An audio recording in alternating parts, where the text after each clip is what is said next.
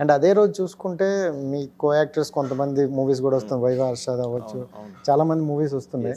So ఎలా feel అవుతున్నారు? వాళ్ళకు కూడా best wishes.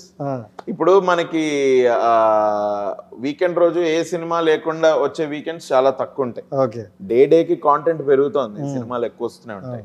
But it is I'm happy for Harsha Chemudu also, for him doing. నేను దాని మొన్న ట్రైలర్ చూసా, ప్రొడక్షన్ డిజైన్ అదిరింది. మనోడు anyway is a proven actor. అంత క్యారెక్టర్స్ విచిత్రంగా మంచి స్టోరీ ఉంది అందులో కూడా ఏదో. ఐఎమ్ హోపింగ్ అది కూడా సేమ్ డిఫరెంట్ గా ఉన్నది అది కూడా. ఆ సినిమా హర్షకి, ఈ సినిమా నాకు వర్కౌట్ అవ్వాలి. మీ ఇద్దరు కూడా ట్రైలర్లు చూస్తే రెండు డిఫరెంట్ గా ఉన్నాయి. ఇద్దరు కూడా చాలా ఆలోచిస్తారు లోతుగాని, బయట పాడుకోవడం ఈ దేన్ని పడితే దిగే క్యాండిడేట్లు కాదు. ఒకసారి మనం ఏదైనా తిరుగుతున్నాం అంటే దాన్ని లోతుగా ఆలోచిస్తారు. సో ట్రైలర్స్ కూడా సూపర్ గా ఉన్నాయి. సో ఇద్దరిది ఒకేసారి బ్లాక్ బస్టర్ అయితే very happy. My heartfully wish Harsha Chemudu and team all the best. Audience కూడా రెండు సినిమాలు చూడండి, మంచి సినిమాలు రెండు అని అనిపిస్తున్నాయి అట్లీస్ట్. సో మాదైతే నేను నా దాని గురించి అయితే చెప్పగలుగుతాను, అది మంచి సినిమా. నేను ఆ సినిమా ఓన్లీ ట్రైలరే చూసాను, వేరే ఇంకేం చూడలేదు. So I'm wishing them best and I'm wishing my self the best. And మీది కూడా చాలా మంది మీలో ఆనెస్ట్ గా ఉండే చెప్పేస్తారండి మొహం మీద, విన్నాను నేను. కొంతమంది బాగాలేకపోతే ఉందలే అని వెళ్ళిపోతారంట, అంతేగాని ఇంత బాగుందని చెప్పలేదు. ఇంత అంటే మొత్తం అవుట్పుట్ చూసాక మీ గురించి చెప్తున్నారంటే దాని కంటెంట్ ఉందని అర్థమవుతుంది. అండ్ సరే, కమ్ టు ది పాయింట్, ఓవరాల్గా మీ జర్నీలో చూసుకుంటే అంటే ఇండస్ట్రీలోకి వచ్చాక ద బెస్ట్ మూమెంట్ అంటే ఏం చెప్తారు? బెస్ట్ మూమెంట్ ఈ నగరానికి ఏమైందికి సెలెక్ట్ అయిన ఆడిషన్స్ ఇప్పటి వరకు బెస్ట్ మూమెంట్ అది. Feb 23rd తర్వాత ఇంకో బెస్ట్ మూమెంట్ రాబోతుందని నా ఫీలింగ్. అంటే ఈ నగరాన్ని సెలెక్ట్ అప్పుడు అయినప్పుడు అనిపించిందా, లేకపోతే మొత్తం టోటల్ గా రిలీజ్ అయిన తర్వాత? అయినప్పుడే ఆ రిలీఫ్ వేరు కదా, ఎందుకంటే తరుణ్ భాస్కర్ సినిమా పెళ్లి చూపులు అప్పటికి పెద్ద హిట్ అయింది. మా ఫ్రెండ్ ప్రియదర్శి నాకు 10 ఏళ్ల నుంచి తెలుసు, ఆడికి మంచి పేరు వచ్చింది అందులో. సో నాకు తరుణ్ గురించి ముందు నుంచి తెలుసు, షార్ట్ ఫిల్మ్స్ అవి చేసేవాడు. నాకు మంచి తెలియదు కానీ ఆయన వర్క్ చూసేవాడిని. I really like this work. So నాకు అట్లా అనిపించేది, అమ్మాయి మళ్ళీ అబ్బాయితో చేస్తామో లేదో అనిపించింది, ఎందుకంటే 100 రోజులు ఆడింది కదా. బట్ అంతలోకే నాకు సెకండ్ సినిమాకే నాకు అంత మంచి క్యారెక్టర్ పడ్డం బిగ్ రిలీఫ్.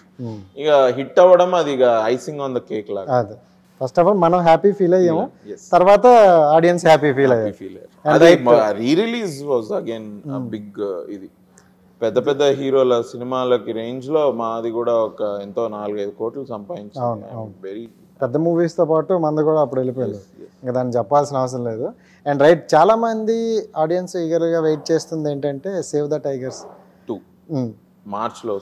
అంటే ఎండింగ్ ఎలా ఇచ్చి ఆపారంటే ఒక అద్భుతాన్ని చూపించి అలా ఆపేశారు.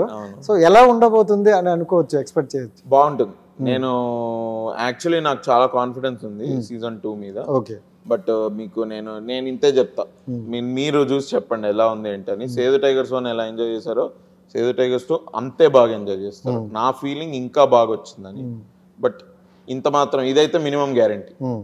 And me best friend Priyadarshan గారు చెప్పుకుంటే, అంటే చిన్న సినిమా అనుకుని ఇలాగే వెళ్ళారు బలగం. సో అసలు ఇంకా బ్లాక్ బస్టర్ అని చెప్పొచ్చు, రాపలేదు. తన గురించి చెప్పాలంటే ఏం చెప్తారు? Proud of him. We're like homies, చెడ్డి బడ్డీస్ టైప్. అంటే 10 years నుంచి తెలుసు, ఇద్దరము కలిసి స్ట్రగుల్ అయ్యాము. వాడి జర్నీ వాడికి ఒకటి ఉండింది. నేను యాక్చువల్లీ ఒక ఆడిషన్కి వెళ్ళాను, he was taking my audition, నాకు అలా కలిసాను. తర్వాత మేము తమిళ్ షార్ట్ ఫిలిం చేసాం ఇద్దరం కలిసి, అది కూడా that journey was also again very good. అందులోంచే నాకు కలిసింది శాలిని అని ఒక అమ్మాయి, ఆవిడతోటి ఇప్పుడు we're doing 1 web series for Aha. Super. My dear Donga అదొకటి. ఆ షార్ట్ ఫిలిం తీసిన డైరెక్టర్ దర్శన్ షణ్ముగవేల్, ఇచ్చట వాహనాలు నిలపరాదని సుశాంత్. నాకు ప్రియదర్శికి వీ హ్యావ్ దట్ జర్నీ, ఒక 10 ఏళ్ల జర్నీ. ఎవ్వడు లేరనుకోండి మా ముందు, మేము ఒకసారి కూర్చొని ఆ రోజులు నెమరేసుకుంటాం. భలే ఉంటాయి. అంటే ఇప్పటి నుండి 10 years బ్యాక్ వెళ్తే ఇప్పుడే ఇండస్ట్రీలో సక్సెస్ ఎప్పుడు వస్తుందా, ఎప్పుడు ఎదుగుతాం అనుకునేవారు. 10 years బిఫోర్ ఇంకా కష్టాలు ఇది ఉండేది. అట్లనే వాడికి తరుణ్ భాస్కర్ సినిమాతో వాడికి బ్రేక్ రావడం, నాకు బ్రేక్ రావడం. మొన్న బలగం తోటి అన్న పెద్ద హిట్ కొట్టి, very proud of that film, proud of his career growth. ఇప్పుడు నేను ఈ సినిమాతో వస్తున్నా, చూద్దాం. ఓకే. అండ్ మీలో అంటే మీకు స్ట్రెంగ్త్ ఒకటి, వీక్నెస్ ఒకటి అంటే ఏం చెప్తారు? My strength is that I am very secure. నాకు ఈజీగా ఇన్సెక్యూరిటీ అట్లాంటివి ఏమీ ఉండవు. I'm a secure person and I'm practical little bit. Weakness అంటే sometimes I can be careless, అదొక వీక్నెస్. అండ్ ఫైనల్గా వాట్ ఈజ్ లవ్ అంటే మీ ఒపీనియన్ ఏంటి?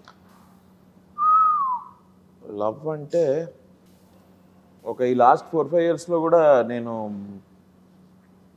మా ఫ్రెండ్స్ని వాళ్ళని చూసి తెలుసుకుంటున్నా ఇదేంటంటే, don't look for compatibility in love. కంపాటబుల్గా ఒకే ఇంట్లో పుట్టిన 2 brothers ఉండరు, 2 sisters ఉండరు. వాళ్ళకే డిఫరెంట్ ఆలోచనలు, పద్ధతులు, బిహేవియర్ ఉంటుంది. సో ఎవరో ముక్కుమోహన్ తెలియని అబ్బాయో అమ్మాయో మాకు కంపాటబుల్ ఉండాలి అని ఎందుకు, అది అన్రియలిస్టిక్. కంపాటబిలిటీని చూడకూడదు ఎప్పుడు కూడా.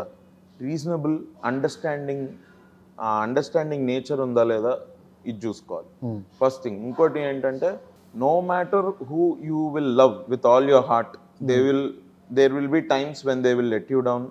వాళ్ళు కూడా మనని హర్ట్ చేస్తారు. ఇవన్నీ అది లైఫ్లో ఇది ఒక ప్రాసెస్, అట్లా ఉంటుంది. కాబట్టి ఎవరినైతే మనం క్షమించగలమో, మనం లవ్ చేసే వాళ్ళని క్షమించగలగాలి కూడా.